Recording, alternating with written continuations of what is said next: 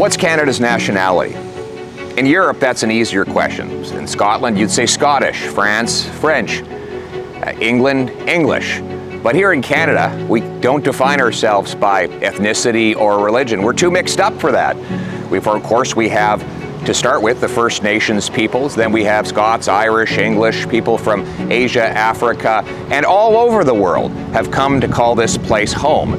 So Wilfrid Laurier, 100 years ago, was asked how to define our nationality, and he gave an answer that I think still applies today.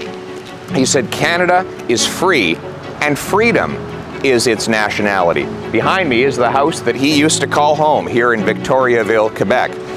And my visit here reminded me that the freedom that we're upholding and trying to fight for today goes back a very long way.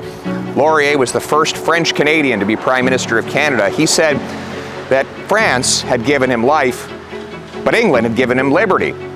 And he understood that those liberties went back to the year 1215 with the signing of the Magna Carta that instilled many of the freedoms that we now take for granted today. No arrest without charge, trial by jury, no taxation without representation, no confiscation without compensation. Freedoms that underpin our entire civilization. Freedoms that make Canada such an attractive place for immigrants around the world to come. Unfortunately, so many of our freedoms are under attack as big bossy government takes your money and tells you what to do, imposing vaccine mandates and attacking your dollar value. You no longer have the freedom to spend your wage because it is being inflated away by a deliberate inflationist policy imposed by the federal government and executed by an incompetent central bank. All of these attacks on our freedom have taken away from the great heritage that Laurier advanced when he was Prime Minister, at a time when he advanced freedom of expression, freedom of religion, freedom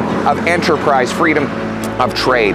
Those freedoms, while they go back 800 years, are only one generation deep. It is the job of each generation that is living to stand up and fight for their freedoms. It is a contract, as Edmund Burke said, between the dead, the living, and the yet to be born. Each living generation has to stand up and defend the freedoms that Laurier celebrated and that the commoners signed with the Magna Carta in the fields of Runnymede.